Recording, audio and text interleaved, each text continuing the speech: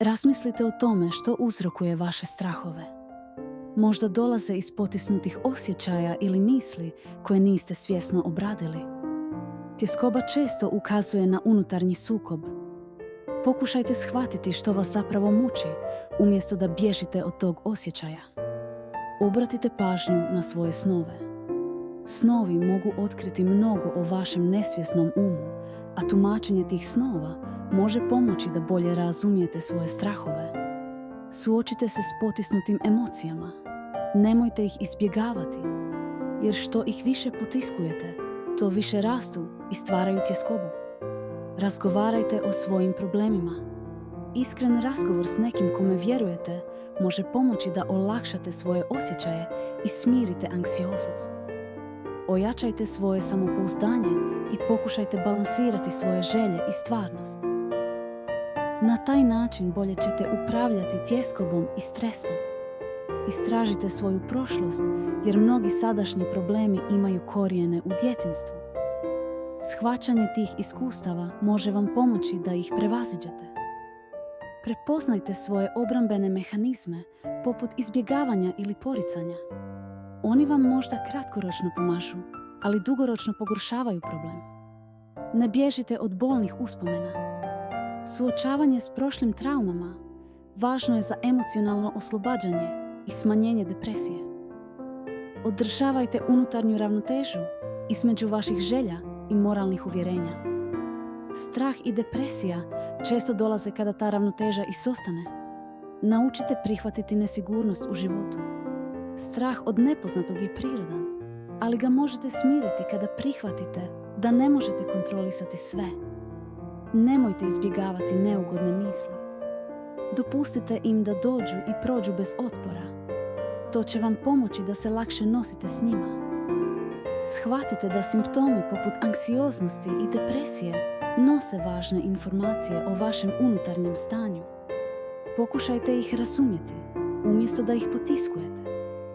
Riješite unutarnje sukobe. Strahovi često nastaju zbog unutarnjih dilema, a njihovo razumijevanje može vam pomoći da se oslobodite tih osjećaja.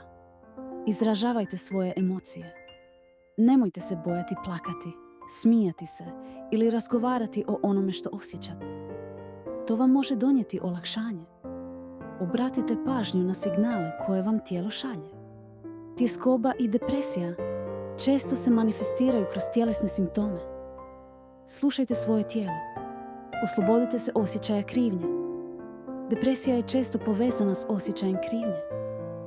Radite na tome da shvatite zašto se osjećate krivo i kako to otpustiti. Budite nježni prema sebi i pokušajte prihvatiti svoje unutarnje dijete. Dajte si razumijevanje i ljubav koju možda niste imali u prošlosti.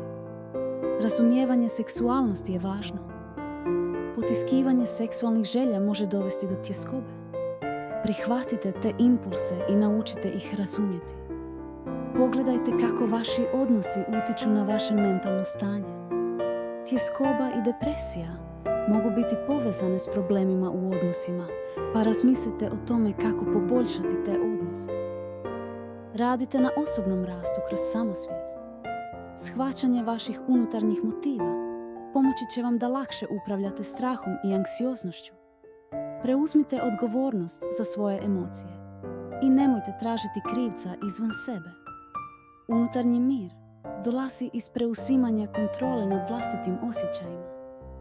Prepoznajte traume iz prošlosti, jer one često uzrokuju depresiju i strah. Njihovo razumijevanje i rješavanje pomoći će vam da se oslobodite tih osjećaja. Ne budite previše strogi prema sebi. Previše rigidna moralna pravila mogu povećati tjeskobu. Pokušajte biti blaži prema sebi. Razmišljajte o simbolima u svom životu. Simboli, poput onih iz snova, mogu vam pomoći da bolje razumijete svoja unutarnja stanja. Prihvatite tjeskobu kao dio života. Ne pokušavajte je potpuno eliminisati, nego naučite živjeti s njom i smanjiti njezin utjecaj.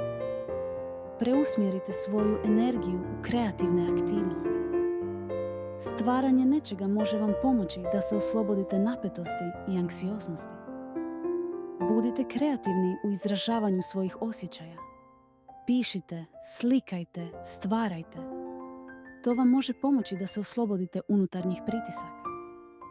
Razmislite o tehnikama opuštanja poput meditacije ili dubokog disanja. One vam mogu pomoći da se smirite i nosite sa stresom. Budite strpljivi prema sebi. Suočavanje sa strahom, depresijom i anksioznošću je proces koji zahtijeva vrijeme. Ne žurite i dajte sebi prostor za napredak. Osvijestite svoje unutarnje sukobe. Nesvjesne borbe u vama često su izvor stresa. Pokušajte ih istražiti i riješiti na dubljem nivou. Pokušajte prepoznati kada anksioznost dolazi iz sukoba između onoga što želite i onoga što smatrate da biste trebali raditi. Radite na tome da se ne kažnjavate za te konflikte. Razmislite o svojim dugoročnim ciljevima. Strah i depresija često nastaju kad izgubimo osjećaj svrhe. Ponovno otkrivanje tih ciljeva može vam dati novi osjećaj smjera. Slušajte svoju intuiciju. Često nesvjesno znamo što nas muči. Dajte sebi vremena da čujete svoj unutarnji glas. Osvježite svoje svakodnevne rutine. Male promjene u navikama mogu smanjiti stres i osvježiti vaš duh. Prihvatite da se ne možete uvijek osjećati sretno. Normalno je imati i teže emocije i nema potrebe da ih odbacujete.